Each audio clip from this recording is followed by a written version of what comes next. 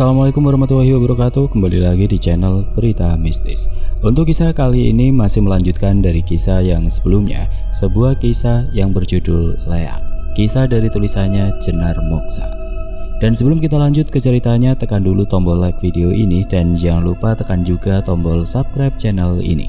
Nyalakan juga lonceng notifikasinya agar tidak ketinggalan cerita-cerita lainnya dari channel ini. Dan buat teman-teman yang pengen belanja-belanja, nanti silahkan saja klik etalase yang ada di pojok kiri bawah, atau teman-teman bisa kunjungi link pembelian yang ada di kolom deskripsi. Dan seperti apa untuk kelanjutan dari kisah ini, langsung saja kita masuk ke ceritanya.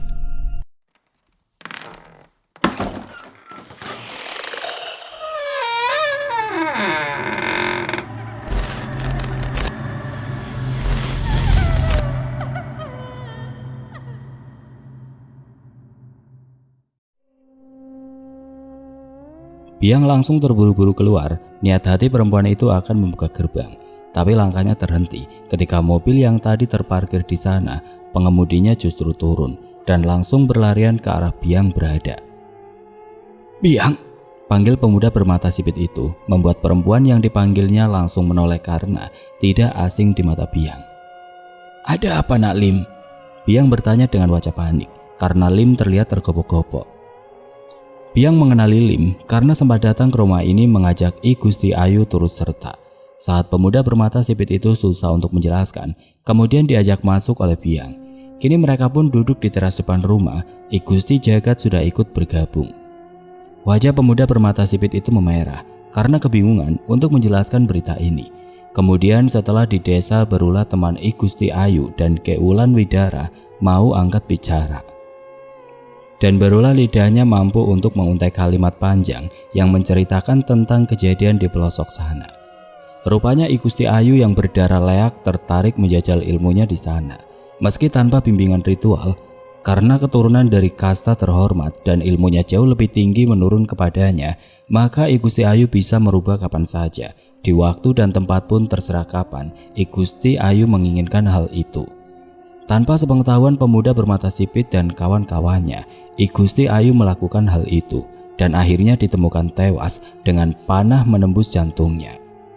Itu karena I Gusti Ayu berada di sebuah desa, pedalaman lebih tepatnya. Dan ketika akan pulang, I Gusti Ayu bertemu dengan kawanan orang yang sedang berburu, karena memang sudah biasa dilakukan orang-orang pedalaman sana. Akhirnya I Gusti Ayu pun menerima tajamnya anak panah dan beberapa kali. Tapi yang mematikan adalah di bagian jantung tersebut, menancap anak panah yang langsung membuatnya meregang nyawa. Tidak lagi sempat mendapatkan pertolongan karena memang rumah sakit atau puskesmas jaraknya begitu jauh. Seketika itu juga Biang dan I Gusti Jagat langsung terkulai, bahkan Biang sempat pingsan, tapi cuma sebentar langsung sadarkan diri. Tidak mau mengulur waktu, Biang dan juga suaminya beserta Lim keluar dan menaiki satu mobil. Biang dan I Gusti Jagat tidak lagi sanggup menyetir, hingga kini dipasrahkan pada Lim. Mereka menuju ke bandara. Mereka menjemput peti jenazah I Gusti Ayu. Rasa tidak percaya tetapi ini nyata. Gusti Jaga kehilangan anak satu-satunya. Tidak menyangka hal ini dilakukan oleh I Gusti Ayu. Kabar duka ini pun disampaikan pada keluarga Pak Banu Hasim dan Bu Mutia, dan juga Pak Banu Hasim pun kaget bukan kepalang. Kemudian mereka pun kembali datang di waktu acara pengabenan atau acara kremasi dilakukan. Namun Keulan Widara tidak terlihat. Begitu juga dan Al Ghazali. Memang keduanya diminta oleh I Gusti Jagat untuk tidak hadir di kota ini, karena sekarang Keulan Widara sedang di bawah pengawasan seorang kiai. Itulah sebabnya tidak diizinkan datang, takut kalau-kalau bertemu oleh ibunya dan terjadi sesuatu yang tidak diinginkan lagi. Benar saja kabar duka I Gusti Jagat dan Biang kehilangan anak sematawayangnya pun didengar oleh Ni Ketut Tenang. "Gusti Jagat, rasakan, Cik sudah jadi pahlawan, sekarang Cik rasakan kehilangan itu." Ni Ketut Tenang berkelakar sebelum masuk mengendarai mobil pribadinya menuju ke rumah duka. Sepanjang jalan perempuan berdarah leak itu membayangkan kembali di mana dirinya melakukan ritual mengerjai I Gusti Ayu yang diketahuinya sedang pergi KKN. Karena memang hubungan kekeluargaan mereka dari dulu hingga akhirnya perpecahan itu terjadi ketika perbedaan visi mereka untuk mewariskan ilmu pada anak keturunannya tidak sepaham dengan I Gusti Jagat, hingga akhirnya hubungan itu merenggang. Yang membuat mempermudah perempuan berdala leak itu mengerjai I Gusti Ayu adalah dirinya tahu kapan remaja putri itu dilahirkan. Karena mereka dulu memang akrab seperti layaknya keluarga meski tidak bertautan darah. Malam itu Niketu tenang mencari keberadaan kalender yang tidak pernah dibuangnya. Perempuan itu berada di gudang. Kemudian dengan cekatan membuka laci dan mencari kalender-kalender tua yang disimpannya.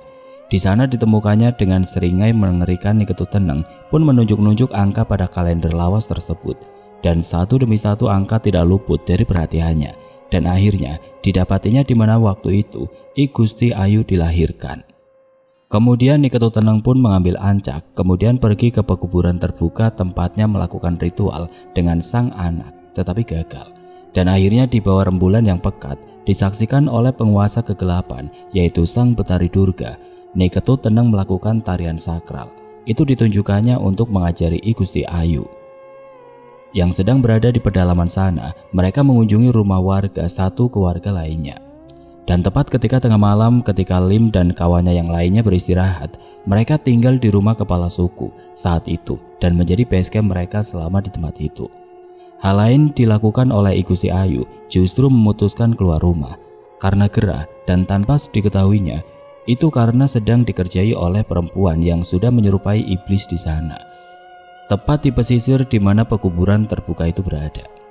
Akhirnya ritual Niketu tenang pun berhasil. Perempuan cantik itu berubah bukan menjadi leak dengan kepala manusia dan usus terburai, tapi I Gusti Ayu berubah menjadi seekor babi dan akhirnya jadi bahan buruan saat itu.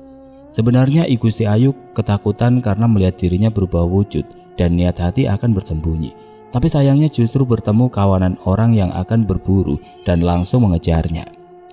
Meskipun I Gusti Ayu sudah berlari sekuat mungkin, tapi tenaganya tidak setimpal. Dengan derai air mata, I Gusti Ayu akhirnya meregang nyawa. Mau bagaimana lagi bicara pun dirinya tidak bisa, hanya berusaha seperti bagaimana layaknya seekor babi pada umumnya. Hingga membuat orang-orang yang berburu itu terus melesatkan anak panah. Ketika satu anak panah menembus tulang rusuk I Gusti Ayu, tetapi masih bisa berlari dan berharap mencari pertolongan. Tetapi ketika kembali anak panah melesat dan membuatnya harus tumbang, kemudian meregang nyawa, mati dan berubah wujud menjadi manusia sebelum sempat diikuti dan diikat dibawa pulang. Niketu tenang mengelum senyum, berusaha memamerkan wajah turut berduka cita karena mobilnya sudah sampai di rumah duka. Dan kedatangan Niketu tenang pun langsung disambut oleh I Gusti Jagat. Tapi tidak tahu jika Niketu tenang adalah dalang atas berubahnya wujud I Gusti Ayu hingga akhirnya tewas mengenaskan di tangan orang-orang desa yang sedang berburu. Setelah meregang nyawa, barulah I Gusti Ayu berubah menjadi manusia dan membuat orang-orang pedalaman itu kaget. Lalu menandu tubuh perempuan cantik itu menuju ke base camp para mahasiswa yang sedang KKN di desa itu. Ke rumah kepala suku lebih tepatnya. Kemudian dibantu untuk memulangkan jenazah hingga sampai ke Pulau Dewata. Bahkan ucapan turut bela sungkawa dari Niketu tenang pun disambut haru biru oleh I Gusti Jagat dan Biang. Kemudian peti mayat pun dibawa ke sebuah rumah krematorium. I Gusti Jagat memilih yang lebih simpel dan lebih modern. Seiring suara sirine berbunyi, tubuh I Gusti Ayu sudah berubah menjadi abu. Tidak ada lagi tangis dan haru biru dari Biang dan juga sang suami. Karena sudah melepaskan sang buah hati dan kembali suci hingga nanti akan reinkarnasi, hadir di kehidupan yang akan datang. Setelah selesai proses kremasi tersebut, sehari kemudian setelah mengikuti proses selanjutnya hingga selesai, akhirnya Bu Mutia dan Pak Banu Hasim pun terbang kembali ke Pulau Jawa.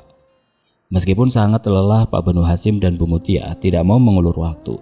Keduanya langsung mempersiapkan untuk membawa sang menantu pada seorang kiai yang mereka yakini punya kemampuan untuk menyembuhkan sang menantu dari lingkar jerat ilmu leluhur yang diwajibkan kepadanya. Kedatangan Pak Banu Hasim dan Bu Mutia pun disambut tangis oleh sang menantu. Bukan tangis tentang apa, tapi tangis kehilangan sahabat, tapi dirinya tidak bisa ikut melepaskan kepergian untuk yang terakhir kalinya. Dikarenakan tidak berani mengambil resiko jika nanti bertemu dengan ibunya, tentunya akan runyam masalah keduanya. Bu Mutia pun menceritakan dengan segalanya bahwa Niketu tenang pun datang dalam prosesi itu. Tampak Kewulan Widara pun mengusap dada, bersyukur tidak memaksakan diri untuk kali ini patuh apapun yang dikatakan oleh kedua mertuanya itu. Meskipun berat, tidak menghadiri upacara pemulasaran atau kremasi I Gusti Ayu. Ki Wulan Widara hanya bisa menatap foto yang dikirim oleh sahabatnya. Bagaimana keadaan I Gusti Ayu untuk yang terakhir kalinya, dalam peti dan sudah mengenakan pakaian suci untuk melaksanakan sembahyang. I Gusti Ayu kini sudah tiada. Tentunya hal itu membuat Ki Wulan Widara semakin memupuk tekadnya untuk lepas dari surat ilmu leluhur. Keesokan harinya Al-Ghazali dan Ki Wulan Widara pun sudah bersiap. Perempuan berdarah Bali itu begitu cantik dalam balutan busana muslim yang syar'i, dengan hijab panjang menutup tubuhnya yang seksi. Semenjak kedatangannya dari Pulau Dewata, Al-Ghazali belum diperkenankan menyatu istrinya oleh kedua orang tuanya. Itu dilakukan karena Al-Ghazali sudah sempat menolak sang istri waktu itu. Lepas dari kata emosi atau dalam keadaan tidak stabil, tetap saja hal itu tidak diperbolehkan oleh kedua orang tuanya. Jadi kedatangan Pak Banu Hasyim dan Bu Mutia ke sebuah pesantren di bawah pimpinan Kiai Nurbayan ada dua tujuan. Yang satu untuk menyembuhkan sang menantu dan sekalian untuk menikahkan kembali anaknya, atau biasa orang Jawa mengatakan bangun nikah. Sesampainya Pak Banu Hasyim dan Bu Mutia pun disambut sukacita oleh kiai tersebut. Seorang kiai yang masih berusia belum genap 50 tahunan itu begitu ramah menyambut kedatangan pria yang dianggapnya jadi tetua dalam ilmu agama. Kemudian Pak Banu Hasyim pun mengutarakan niatnya. Akhirnya setelah Kiai Nurbayan sejenak geming, akhirnya beliau pun memutuskan besok paginya Al-Ghazali kembali mengucapkan kalimat ijab qabul supaya mengesahkan kembali hubungan rumah tangganya dengan Ki Wulan Widara. Sah. Seiring kalimat itu terdengar, maka hubungan Al-Ghazali dan istrinya pun kembali normal dan dianggap sah secara agama yang tadinya sudah dianggap bercerai.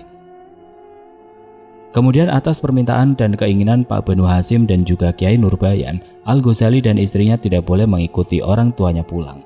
Karena kata Kiai tersebut, istri Al-Ghazali itu masih dalam incaran orang tuanya.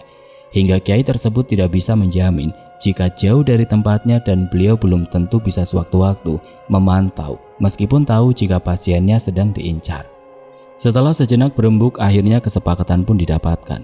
Al-Ghazali menerima tawaran itu meskipun tidak tahu entah sampai kapan tinggal di pondok pesantren tersebut. Hari-hari Ki Wulan Widara membantu mengajar mengaji. Begitu juga dengan Al-Ghazali, ada saja yang diminta bantuannya oleh kiai tersebut. Istilah yang keduanya sukarela membantu menjadi tenaga pengajar di pesantren tersebut guna mengusir rasa lelah atau jenuh tinggal di komplek yang jauh dari hingar-bingar. Al-Ghazali harus mengurungkan niatnya untuk kembali bersekolah. Padahal lalu hari sudah direncanakan hanya beberapa bulan saja cuti, lalu akan kembali melanjutkan kuliahnya yang tertunda. Namun kini harus diperpanjang demi sang istri. Al-Ghazali melakukan hal itu. Benar saja hubungan keduanya kini sudah membaik dan Ki Wulan Widara pun setiap saat mendapatkan penanganan. Lebih tepatnya di ruqyah supaya lepas dari jeratan lingkaran ilmu hitam tersebut. Dan tidak terasa keduanya tinggal di pondok pesantren tersebut terhitung sudah 1 tahun lamanya. Hanya sekali saja bertandang ke rumah Bu Mutia dan Pak Banu Hasyim. Itu pun tidak menginap karena Al-Ghazali takut dan demi istrinya dan juga janin yang ada di dalam kandungan Ki Wulan Widara. Subuh itu Ki Wulan Widara dikagetkan dengan pesan singkat yang masuk via aplikasi WhatsApp miliknya. Padahal baru saja perempuan itu bangun tidur, tetapi benda privasinya itu berdenting dan itu entah yang keberapa kali hingga dirinya secepatnya menggapai handphone yang berada di atas ranjang tersebut. Mata Ki Wulan Widara melotot melihat siapa yang mengirim pesan kepadanya dan beruntun. Rasanya tidak percaya, tetapi ketika Ki Wulan Widara mengucap matanya dengan kasar dan itu benar. Dan dirinya tidak sedang mengigau atau bukan orang salah kirim pesan. Ibu, kenapa dia? Ki Wulan Widara menggumam dan suaranya membangunkan Al-Ghazali yang memang sudah tiba waktunya sholat subuh. Al-Ghazali mendekat ke tubuh istrinya, tapi buru-buru Ki Wulan Widara menunjukkan layar handphone miliknya pada sang suami dan membuat mata sang suami tercinta pun langsung membelalak membaca pesan WhatsApp tersebut. Anakku, ibu ingin menyusul ke pesantren, ingin dekat denganmu dan ingin menjengukmu. Ki Wulan Widara anakku, aku ingin melihat cucuku yang ada dalam perutmu. Dek. Spontan jantung Al-Ghazali terpaksa diseruduk banteng. Tapi bukan hanya Al-Ghazali saja yang merasa kaget bukan kepalang, tapi Ki Wulan Widara pun demikian. Sayang, apakah kamu pernah menceritakan pada ibumu perihal kehamilanmu? Al-Ghazali bertanya sembari menatap dalam wajah istrinya. Sebenarnya logikanya wajar saja bila Ki Wulan Widara menceritakan perihal berita kebahagiaan ini. Tapi tidak bisa dipungkiri ada rasa was-was ketika menjejali hati Al-Ghazali, hingga tidak bisa memutuskan ketika istrinya meminta pendapat tentang harus membalas bagaimana. Karena di sana ibunya sedang online dan sedang mengetik pesan kembali. Ki Wulan Widara, aku hanya rindu padamu dan juga ingin tenang. Itu penggalan kalimat pesan yang masuk dan dikirim oleh Niketu Teneng dari ujung sana. Perempuan itu dengan wajah murung mengetik pesan dan duduk di tepi ranjang milik sang anak. Sedari siang tadi benda-benda kesayangan sang anak tidak luput dari perhatiannya. Boneka jumbo yang ada di atas ranjang sang anak pun dipeluknya, asalkan itu tubuh sang anak. Niketu Teneng tampaknya benar-benar merindukan sosok anaknya yang telah pergi meninggalkan dirinya tanpa bertanya kabar ataupun memberi kabar. Bahkan kabar ini hanya didapatnya dari Biang, yang kemarin kebetulan bertemu saat ada acara ngaben atau kremasi massal. Di sana Niketu Teneng bertanya perihal kabar anaknya. Dan itulah yang didapatkan oleh Niketu Teneng dari bibir Biang. Semalaman ini benar-benar perempuan parubaya itu tidak mampu memejamkan matanya. Hingga akhirnya bertekad mengirim pesan pada nomor sang anak. Padahal sudah di sore, dirinya sudah membuat parkir pesan. Tapi baru centang ijo saat subuh menjelang. Kemudian atas saran Al-Ghazali karena tidak berani memberikan keputusan sebelum berbincang dengan kedua orang tuanya, Ki Wulan Widara pun langsung mengetik pesan pada sang ibu. Biar bagaimanapun naluri seorang anak tidak tega ketika membaca pesan tadi dan dilakukan beruntun. Ki Wulan Widara bisa menerka bahwa ibunya telah sadar dan benar-benar rindu kepadanya. Itulah sebabnya berani mendatangi pesantren, tempat menimba ilmu, tempatnya mengabdikan diri, dan bersembunyi juga mencari obat, supaya sembuh menjadi pribadi yang bersih, tanpa takut nantinya berubah dan mencelakai orang lain. Maafkan aku ibu, aku harus berpamitan kepada mertuaku dulu. Apakah beliau akan mengizinkanmu untuk menjengukku atau bagaimana? Jadi tunggu balasanku nanti ya. Itu sedikit penggalan pesan yang dikirim oleh Ki Wulan Widara, dan cukup membuat hati seorang ibu di ujung sana merasa lega karena ada kesempatan untuk dirinya menjenguk sang anak dan juga sang cucu tercinta meski baru berusia beberapa minggu bersemayam di kandungan sang anak. Keesokan harinya setelah selesai mengisi jadwal pelajaran, Al-Ghazali beserta istrinya menemui sang kiai yang berada di ruangannya. Pria parubaya dengan wajah dan tatapan teduh itu menyambut kedatangan pasangan suami istri tersebut dengan sumringah dan begitu ramahnya. Setelah tadi sebelumnya menjawab salam dari keduanya. Ayo masuk, ayo masuk. Kiai Nurbayan mempersilakan keduanya dengan cengkok dan gayanya yang khas. Terima kasih Pak Kiai, maafkan kami mengganggu di sela jam istirahat ini, Al-Ghazali berucap. Keduanya pun dipersilakan duduk. Tampak kiai tersebut mulai menerka-nerka akan apa maksud kedatangan Al-Ghazali dan istrinya. Tidak biasanya seperti ini, meskipun punya kemampuan spiritual, tapi tidak semuanya bisa ditebak oleh kiai tersebut. Seperti saat ini, Kiai Nurbayan sibuk menerka-nerka karena dari wajah pasangan suami istri itu menampakkan kegelisahan. Ada apa ini? Sepertinya penting. Kiai Nurbayan membuka percakapan sembari menenggak air putih yang disediakan untuknya. Jika diperhatikan olehnya tidak ada kejanggalan dan keganjilan pada diri Ki Wulan Widara. Justru ini yang membuatnya jadi bingung. Ketika Al-Ghazali belum juga menjawab, tetapi justru menatap dalam wajah istrinya. Satu permohonan bahwa dipersilakan untuk berbicara. Ki Wulan Widara pun mengangguk kemudian memberanikan diri untuk bertanya karena tidak berani memutuskan sendiri karena mereka tinggal di tempat orang. Tentu adab sopan santun itu harus mereka jaga, terutama Ki Wulan Widara. Tidak mudah perjuangan Kiai Nurbayan dan suaminya hingga berada di titik seperti ini. Al-Ghazali sampai memberanikan diri untuk mengajar meski bukan di bidangnya, mendedikasikan ilmunya meski cuma sedikit.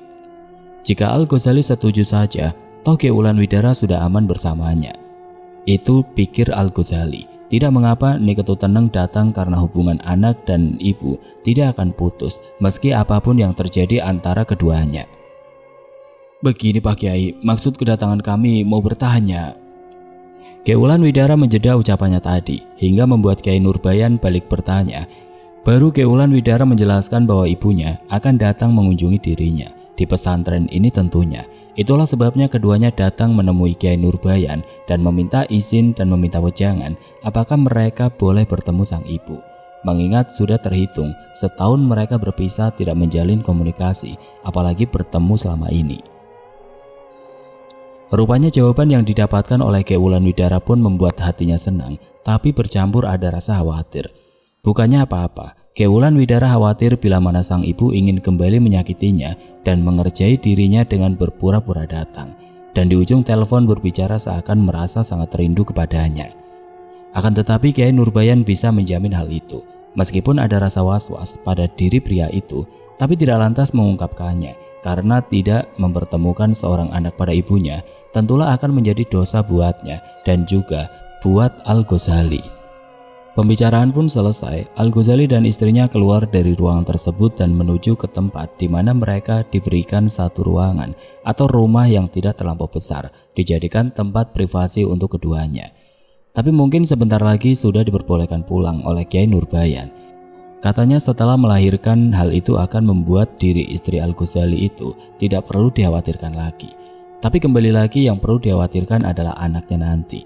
Kiai Nurbayan harus melakukan pemutusan tali rantai darah leluhur tersebut pada buah hati Al-Ghazali dan istrinya nanti. Sudahlah, kabari ibumu, katakan dia boleh datang. Al-Ghazali membuka percakapan ketika sudah tiba di rumah yang menjadi bagian privasi keduanya. Rumah sederhana berdinding beton dan bercat putih, jauh dari kata mewah, dan Al-Ghazali ikhlas untuk tinggal di tempat itu demi kesembuhan sang istri. Ada jari kembali mengulangi permohonannya tadi, karena istrinya tidak kunjung membuka layar aplikasi handphone untuk memberikan kabar. Ada rasa ragu dalam benak Ki Wulan Widara, jelas tertangkap oleh penglihatan Al-Ghazali. Sayang, sudahlah, teleponlah. Bukankah kata Kiai kamu tidak boleh menolak pertemuan ini atau kamu akan berdosa? Al-Ghazali kembali mengulangi karena istrinya masih tampak ragu. Rasanya berat jika aku berbicara dengan ibu. Akhirnya Ki Wulan Widara pun angkat bicara perihal kebimbangan dirinya. Kalau begitu ya kirim pesan saja dan sedetail mungkin. Bagaimana nyamannya kamu saja, nanti juga akan mengalir hubungan kalian. Kata bijak itu keluar dari bibir Al-Ghazali. Rupanya tidak ada sesal di hati Ki Wulan Widara dengan menerima kembali pria gagah yang ada di sampingnya sekarang ini. Baiklah mas. Sembari menghirup aroma tubuh Al-Ghazali, Ki Wulan Widara menjawab barusan. Al-Ghazali terus merengkuh erat pinggang istrinya. Kini keduanya berdiri di depan jendela, menatap di kejauhan sana pada luasnya bangunan bernuansa putih terhambar di depan mereka. Tangan Al-Ghazali berulang kali menyapu perut yang sebentar lagi membuncit milik sang istri tercinta. Ada dilihat hangat di dalam sana buah cintanya dengan sang istri, yang harus dijaga karena sangat dinanti oleh keluarganya. Maklum saja Al-Ghazali memang hanya anak semata wayang, hingga Al-Ghazali harus benar-benar menjaga kandungan sang istri tercinta. Sebenarnya ada was-was juga dalam hatinya, bila mana sang mertuanya justru akan berbuat macam-macam pada kandungan istrinya nantinya. Akan tetapi hal itu ditepisnya segera. Itu karena Kiai Nurbayan sudah memagari tubuh Ki Wulan Widara agar tidak mampu mertuanya untuk melakukan hal yang di luar dugaannya dan membahayakan Ki Wulan Widara sekaligus bayinya. Akhirnya Ki Wulan Widara pun mengabarkan hal ini pada sang ibu, hanya lewat aplikasi pesan singkat WhatsApp karena yang bersangkutan belum siap untuk menjalin komunikasi dengan ibunya di ujung sana. Dan tidak lama berselang handphone milik Ki Wulan Widara pun kembali berdering. Rupanya sang ibu langsung merespon di sana dan langsung mengetik pesan bahwa dirinya besok akan datang dan sekarang langsung mencari penerbangan untuk membawanya menemui sang anak. Kemudian Ki Wulan Widara pun menunjukkan pesan singkat yang dikirim oleh sang ibu pada suaminya. Semoga saja hubungan kalian kembali membaik sayang. Terdengar teduh suara Al-Ghazali barusan sembari merengkuh erat tubuh istrinya. Pria yang kemarin tampak seenak jidat memutuskan segala sesuatunya kini begitu teduh dan berkarisma, penuh tanggung jawab melindungi istrinya. Apapun akan diberikan untuk Ki Wulan Widara. Biar bagaimanapun, naluri seorang anak masih kental pada dirinya untuk kembali menjalin tali silaturahmi dan berhubungan baik dengan sang ibu, meski berbeda keyakinan. Hari ini rasanya begitu lambat, setiap detik jam bergerak begitu menyiksa batin Ki Wulan Widara. Bahkan rasanya sore menjelang malam begitu lama. Tiba-tiba saja ada rasa rindu dalam benak Ge Wulan Widara dan ingin segera melihat kedatangan sang ibu yang sudah setahun lamanya dirinya tidak bertatap muka. Dengan perempuan yang telah melahirkan dirinya, kini akhirnya terrealisasi. Begitu juga pada Ge Wulan Widara yang menginginkan pertemuan dan terjalinnya kembali hubungan dengan sang ibu meski ada rasa takut. Dan akhirnya terwujud, sang ibu menghubunginya dan kini hubungan yang terputus itu kembali terjalin. Tadi sebelum keberangkatannya ke bandara, Ketut tenang menghubungi Ge Wulan Widara dan memberitahukan bahwa dirinya akan terbang pada jam yang dikatakannya tadi. Dan Ge Wulan Widara pun mewanti-wanti jika sudah sampai di bandara ibunya diminta untuk segera menelponnya. Itu karena jarak bandara dan pesantren tidak terlampau jauh. Ketut tenang pun tidak berkeberatan dirinya harus berada di pesantren meski tidak memeluk keyakinan yang sama dengan sang anak. "Ge, ibu sudah sampai." Itu pesan yang dikirim oleh Ketut tenang dan masuk di aplikasi WhatsApp milik Ge Wulan Widara yang dari tadi sudah standby menunggu. "Mas, ibu sudah sampai." Diulang di udara menunjukkan aplikasi WhatsApp pada sang suami. "Baiklah, kalau begitu kita jemput sekarang. Jangan sampai ibumu menunggu." Anggukan pun diberikan oleh Ge Wulan Widara ketika Al-Ghazali menjawab tadi dan langsung menyambar kunci mobil. "Itu ibu?"